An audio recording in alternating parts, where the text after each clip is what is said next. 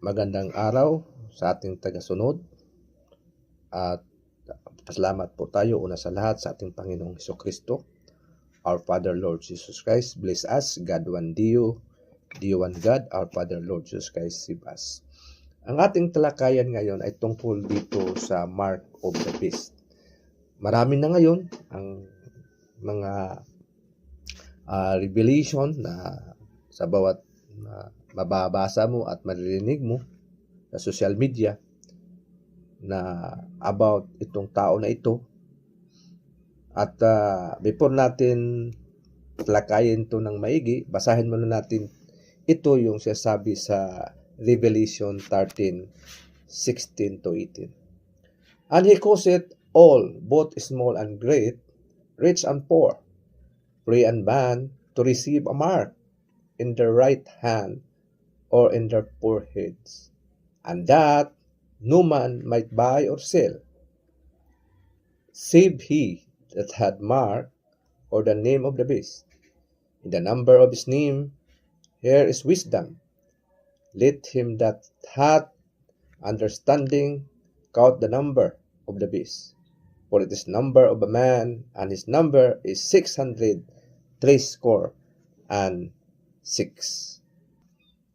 Marami na ngayon ang nag-interpret dito na ito na daw yung mga digital na nangyari ngayon financially, na nagsimula ito sa mga cashless transaction na na-create na ngayon. Yung una, yung may mga card,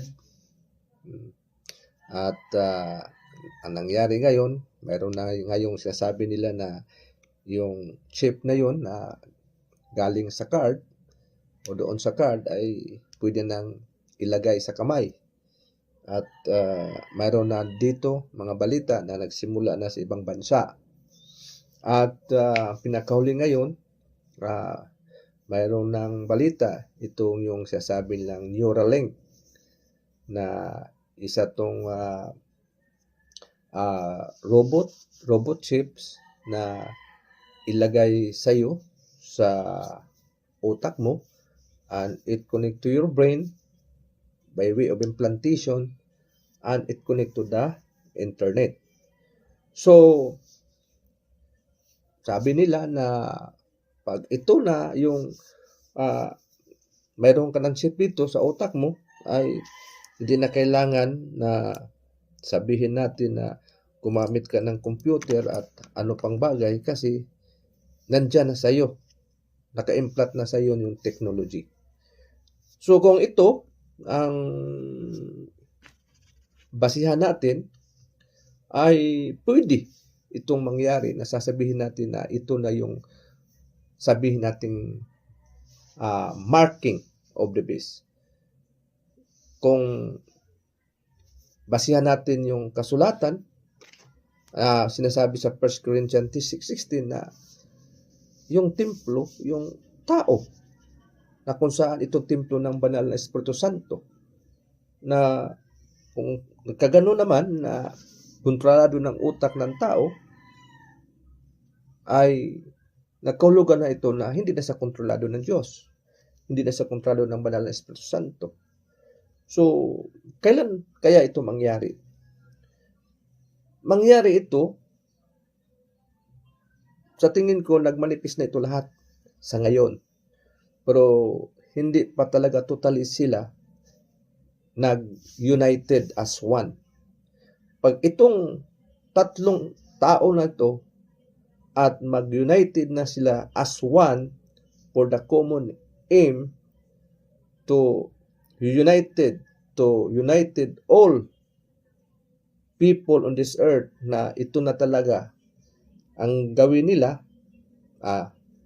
mangyari na talaga na ito na talaga ang sasabi nating mark of the beast. Ang tanong dito, sino ba ang sinasabi nating beast? Kung basahin natin dito sa Revelation 13:16-18, ang sinabi lang dito na, for it is the number of a man, meaning tao.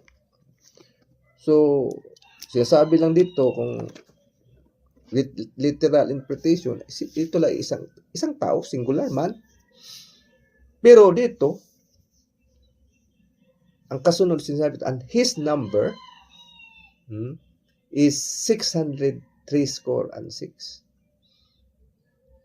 Yung sabi dito na itong 603 score and 6, ito yung 666. But, yung sasabi dito na 3 score, ito yung tatlong tao na may kakayahan na gumagawa nito. Kasi kung isang tao lang ang gumawa nito, hindi niya kayang implement ito. Sino yung tatlong tao na pwedeng gumawa nito at magkaisa sila at mangyari ito? Number 1, who created the computer? Kasi dito nagsimula ang technology. Sa tatawag natin computer na nangyari na nagkaroon tayo ng computer. Second, the person who was the financially capable, na as a capability to create the technology. Kasi kung nag-imbento lang ng computer ang siya lang mismo, sa computer, hanggang dyan lang siya. Pero, pag-create ngayon sa technology, kung paano ito niya paggalawin, kung wala kang kakayahan, hindi mo magawa yan. So, may financial capability siya, makapangyarihan siya sa pera, at mayroon siyang kaya na gawin yan isang teknolohiya. Third, tao pa rin siya. The person who has the authority. May otoridad siya sa gobyerno na ipa-implement niya itong mga technology na ito. Kapag itong tatlong tao na ito ay magsama-sama na sila at mag-united na sila sa isang common goal, ito na yung sabi natin finally mangyari na tinatawag natin na mark of the beast.